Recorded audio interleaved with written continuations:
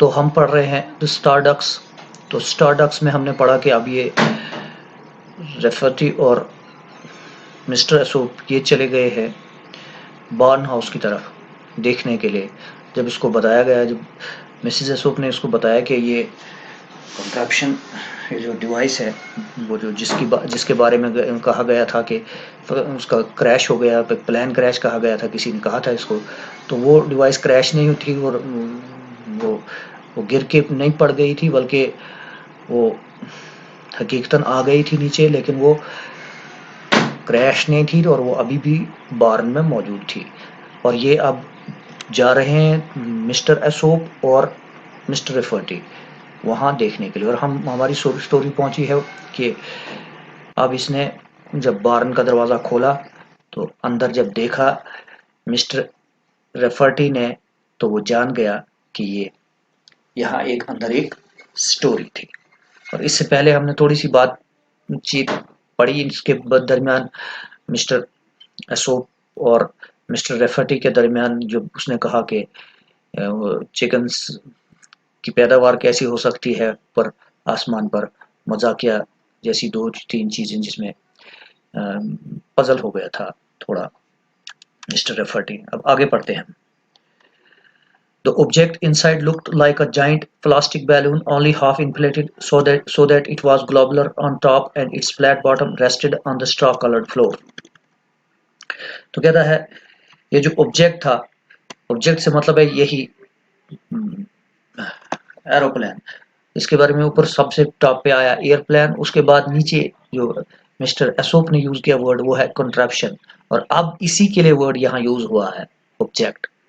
और ये ऑब्जेक्ट जो यही कंट्रैप्शन जो डिवाइस इसने अंदर देखी इस बार्न हाउस के अंदर, inside looked looked like a giant plastic balloon. और ये कैसी दिखती थी यही कंट्रैप्शन, ये डिवाइस, जैसे कि एक बहुत बड़ा प्लास्टिक बैलून हो, बहुत बड़ा प्लास्टिक का बैलून हो, प्लास्टिक का गुब्बारा हो, ओनली हाफ इन्फ्लेटेड, सिर्फ आधा इन्फ्लेटेड, आधा इन्फ्लेटेड यानी कि आधा ही खोला गया, इन्फ्लेट किया गया, इसमें हवा भरी गई, आधा ही इन्फ्लेट किया गया, इस तरह का इसका डिजाइन था। हाफ इन्फ्लेटेड मतलब बैलून तो गोल बन जाता है ना, लेकिन ये आधा ही, आधा गोल था।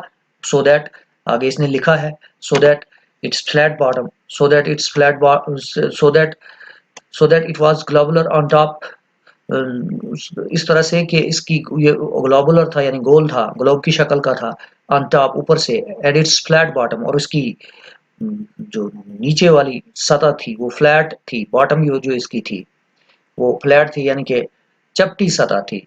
और ये फ्लैट बॉटम चपटी सतह इसकी rested on the straw coloured floor, और ये रेस्ट कर रही थी, ठहरी हुई थी स्ट्रा कलर्ड फ्लोर पर, यानी कि स्ट्रा के तिनके के रंग के फर्श पर। It was just small enough to go through the barn door, और ये बस इतनी छोटी थी, इतनी सी ये डिवाइस, यही कंट्रैप्शन इतनी छोटी थी, ये ऑब्जेक्ट जो थी, ये चीज इतनी छोटी थी कि बस ये जा सकती थी बार्न के दरवाजे से अंदर। Obviously, obviously, it was somebody's crackpot idea of a spaceship. कहता है ज़ाहरी तौर से नुमाया बात थी कि ये किसी का क्रैकपॉट आइडिया था, स्पेसशिप का, किसी ने अपना क्रैकपॉट आइडिया बनाया था, मतलब रेडीमेड ये फुलिश किस्म का आइडिया था किसी का, स्पेसशिप का, स्पेस पे जाने का। यानी कहने का इस डिवाइस को देखने से ये लगता था ये बदी सी डिवाइस है, जैसे कि हमने पहले पढ़ा है, उसने कहा कंट्रप्शन है। तो ये ऐसी डिवाइस है कि जैसे कि दिखने में मतलब उतनी वो हाईटेक नहीं दिखती थी, और इसको लगता था कि ये किसी का क्रैक पार्ट आइडिया है, इसीलिए स्पेसशिप का, यानी कि ऐसे जहाज बनाने का जो स्पेस में चला जाए। The headline that flashed across his mind was local farmer builds rocket ships for moon voyage. तो जो हेडलाइन इसके दिमाग में फ्लैश कर गई, जो हेडलाइन इसके दिमाग में आ गई इस मिस्टर रेफर्टी के दिमाग में आई, जो रिपोर्टर है इसके दिमाग में हेडलाइन जो आ गई, हेडलाइन से मतलब जो इसको लगा कि मैं जो स्टोरी बनाऊंगा, जो मैं आर्टिकल लिखूंगा न्यूज़पेपर के लिए, उसकी जो हेडलाइन होगी, उसकी जो सुर्खी होगी, उसके लिए वो सोच रहा है। और जो इसके दिमाग में आ गई, फ्लैश कर गई, फ्लैश यानी एकदम झलक आ गई दिमाग में इसके, और वो क्या थी? Local farmer builds rocket ships for moon voyage. Local farmer builds rocket ship for moon voyage. Local farmer, local किसान यानी कि बिल्ड करता है rocket ship, rocket ship build करता है मून वोयेज के लिए। लोकल फार्मर बनाता है, तामीर करता है रॉकेट शिप्स, यानी कि ऐसे शिप्स जो रॉकेट हों, जो स्पेस में चले जाएं, मून वोयेज के, मून के सफर के लिए, मून पर जाने के लिए। ये इसके दिमाग में मतलब सेंसेशनल हेडलाइन आ गई मिस्टर रेफर्टी के। Mister Aesop, Rafferty said hopefully, you didn't build this thing, did you? अब ये इसको क्योंकि लगता था ये कोई ज़्यादा अच्छी डिवाइस नहीं है, इसलिए इसको पूछ रहा है मिस्टर एसोप, और ये से मिस्टर एसोप को मुखातिब होकर कहा, और उसको होपफुली इसने कहा, उम्मीद के साथ, क्योंकि डिवाइस ऐसी लगती थी कि ये कोई ज़्यादा बेहतर नहीं, इसलिए उसको उम्मीद लगता था कि ये शायद इसने खुद ही बनाई। You didn't build this thing, did you? You didn't build this thing, did you? तुमने तो नहीं तामीर किया इस चीज़ को, यानी इस ऑब्जेक्ट को, इस थिंग को। Did you? क्वेश्चन टैग होते हैं बोलचाल की बोली में, क्वेश्चन टैग्स का यूज़ होता है, और ये आमतौर से जब बात की जाती है तो उसके एंड पे दूसरे के साथ मतलब तो एक तरीका है बोलने का, क्वेश्चन टैग्स यूज करने का, हमारी बोली में भी होती है। आमतौर से हम लास्ट में बोलते हैं, है ना, है ना, है ना। तो यही सेम इंग्लिश में भी तरीका है, लास्ट में बोलचाल की बोली में क्वेश्चन टैग्स का यूज करने का।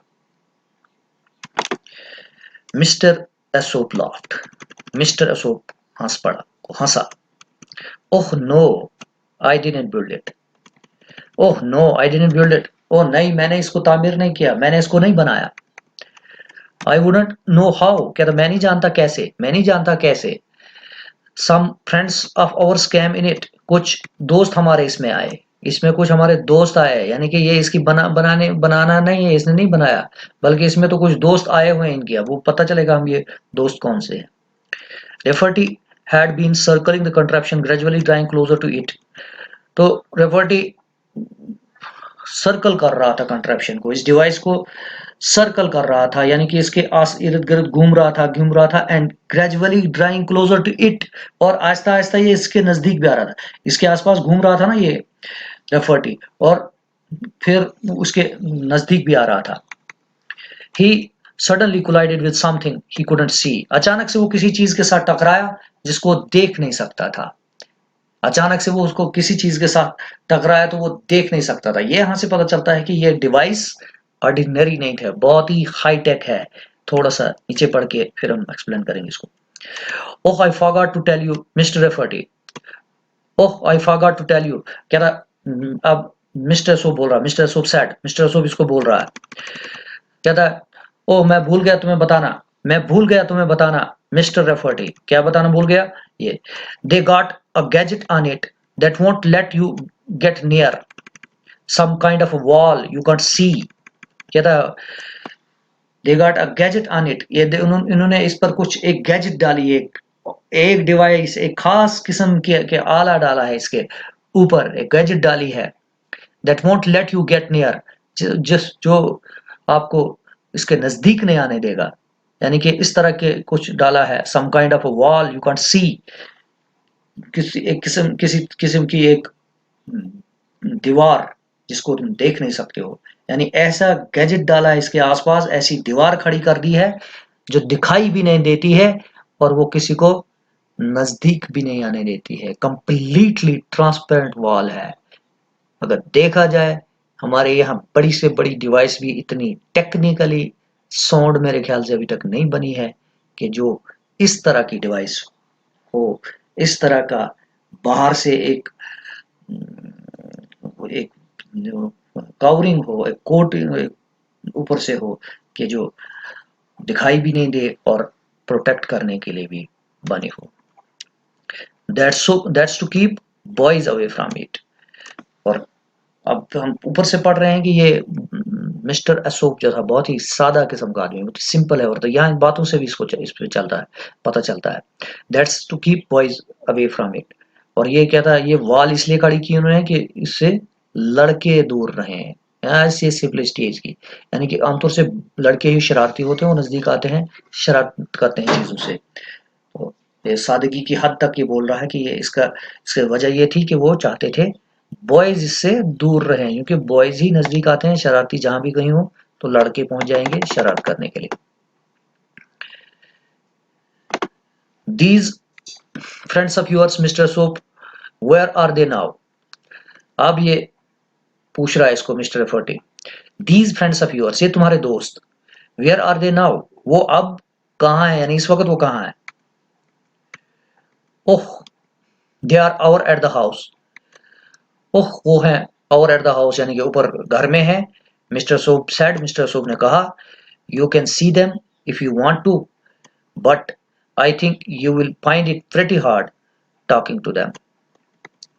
और ये कह रहा, मिस्टर सोप जिसको बोल रहा है, यू कैन सी देम, तुम उनको उनसे मिल सकते हो, सी से मतलब है यहाँ मिलना, इफ यू वांट टू, अगर तुम चाहते हो तो, but I think you will find it pretty hard, लेकिन मैं सोचता हूँ कि तुम बहुत ही मुश्किल पाओगे, प्रिटी हार्ड पाओगे, टॉकिंग टू देम, उनके साथ बातचीत करना, उनके साथ बातचीत करना तुम प्रिटी हार्ड पाओगे।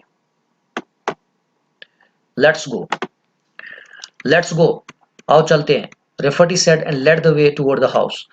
आओ चलते हैं, और रेफर्टी ने लीड किया, लेट द वे, उसने रास्ते को लीड किया टुवर्ड द हाउस, घर की तरफ, ये आगे आगे चल रहा घर की तरफ जाने के लिए, बड़ा जोश में आ रहा था इसके साथ। तो स्टोरी आ रही है, और वो भी एलियंस की, बाहर की दुनिया के आए हुए लोगों की।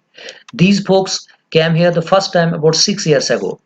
कहता है ये फोक्स आए, ये अब मिस्टर सोब इसको बोल रहा है जाते हुए, घर की तरफ जाते हुए।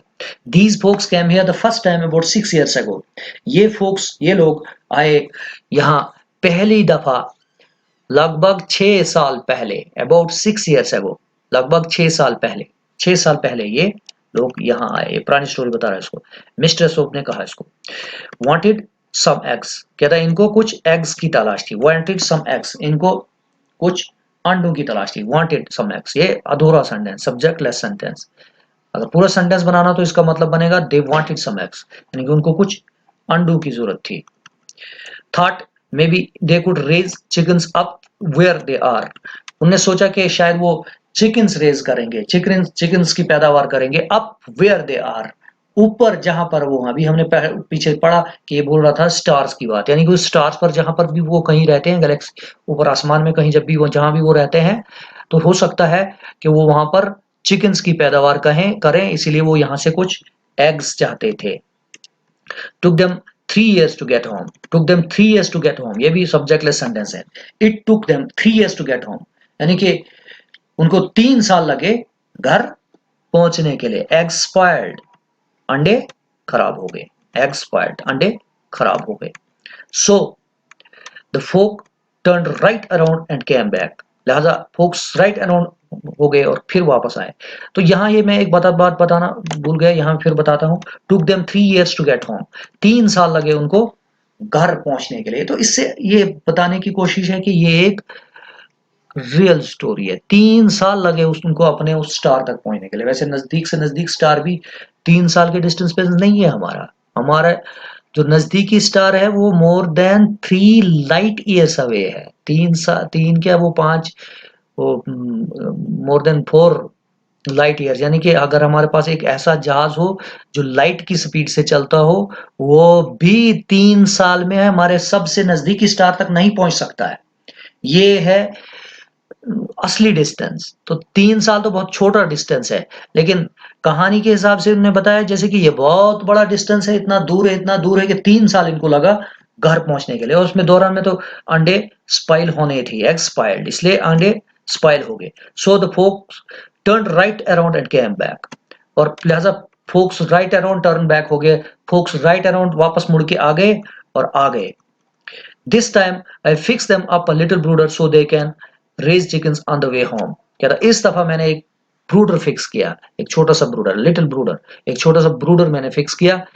ब्रूडर से मतलब है अंडे निकालने वाला, ये बच्चे, ये जो मतलब हैच करने वाला, बच्चे निकालने वाली मशीन, जिससे बच्चे निकाले जाते हैं, चिकन्स बन जाते हैं, चिक्स निकाले जाते हैं, so they can raise chickens on the way home. तो क्या था, इस दफा मैंने एक ब्रूडर फिक्स कर दिया, यानी कि उनके प्लान में ही फिक्स कर दिया है, उनकी इस डिवाइस में भी मैंने ब्रूडर डाल दिया, ये मशीन डाली बच्चा निकालने वाली, so they can raise chickens on the way home, ताकि वो चिकन्स रेज करें, ताकि वो चिकन्स निकालें, चिकन्स की पैदावार करें, चिकन्स को हैच कराएं ऑन द वे होम, घर के तरफ जाते हुए। ही सडनली लाफ्ड, अचानक फिर वो हंसा। जो ये एक सिंपलिस्टिक मैन की हंसी, याद है, ये बहुत ही सादा किस्म के आदमी की हंसी है। I can just see that little contraption way out there in the sky full of chickens. अब ये हंस के बोल रहा है, मजाक के तौर पर कह रहा है।